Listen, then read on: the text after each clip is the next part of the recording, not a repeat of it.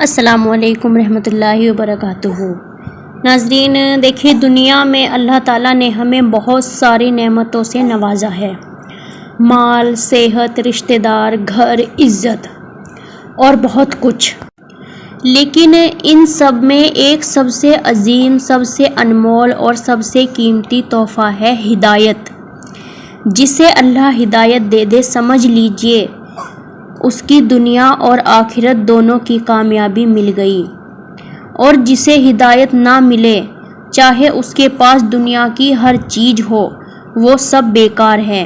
آئیے سمجھتے ہیں یہ ہدایت کیا ہے، کیوں یہ سب سے بڑی دولت ہے، اور کیسے اس تحفے کو سنبھال کے رکھا جائے۔ ہدایت کا مطلب ہے صحیح راستے کی رہنمائی، وہ راستہ جو اللہ کی طرف لے جائے، وہ زندگی جس میں بندہ اللہ سے جڑا رہے، اس کے حکموں پر چلے، اس کی رضا حاصل کرے۔ قرآن میں اللہ تعالیٰ نے فرمایا، جسے اللہ ہدایت دے وہی ہدایت پانے والا ہے۔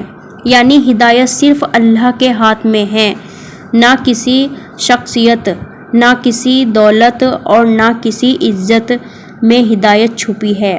آج بہت سے لوگ ہدایت سے دور ہیں، ان کا دل سخت ہے، زبان جھوٹ میں الجھ رہی ہے، آنکھیں حرام دیکھنے میں ہیں، اور زندگی ریاکاری میں گزر رہی ہے۔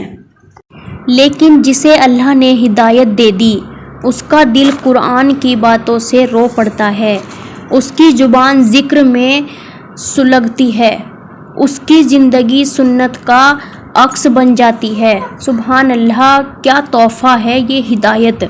ہمیں لگتا ہے غریبی سب سے بڑی مصیبت ہے، نہیں، سب سے بڑی مصیبت ہے گمراہی۔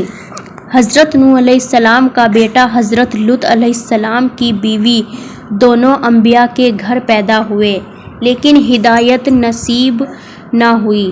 جسے اللہ نہ چاہے اس کا دل کبھی روشن نہیں ہوتا۔ آج کل لوگ کہتے ہیں میرا دل صاف ہے، عبادت نہ بھی کروں تو کیا فرق پڑتا ہے؟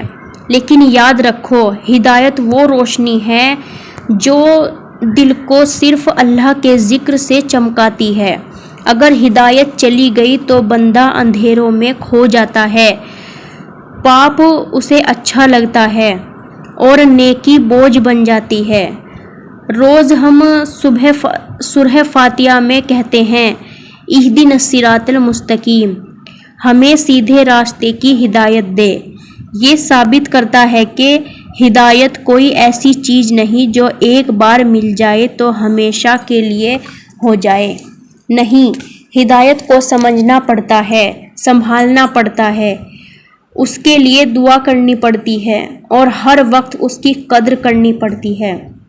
حضرت عمر رضی اللہ عنہ، جن کے بارے میں رسول اللہ صلی اللہ علیہ وسلم نے فرمایا تھا کہ شیطان بھی عمر کے راستے سے بچ کر نکلتا ہے، وہ بھی ہر وقت اللہ سے ہدایت کی دعا کیا کرتا ہے۔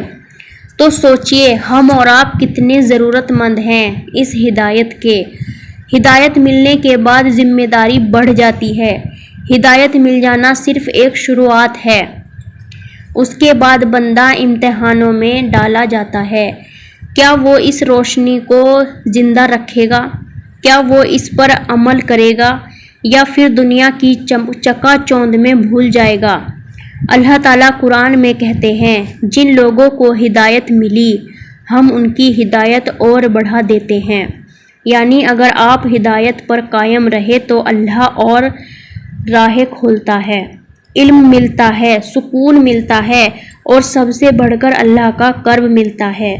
اگر آپ نماز پر رہیں، حرام سے بچے رہیں، دل میں اللہ کا خوف ہے، تو سمجھ لیجئے آپ اللہ کے چنے ہوئے بندے ہو۔ آپ کو دنیا کا سب سے بڑا تحفہ مل گیا ہے، ہدایت۔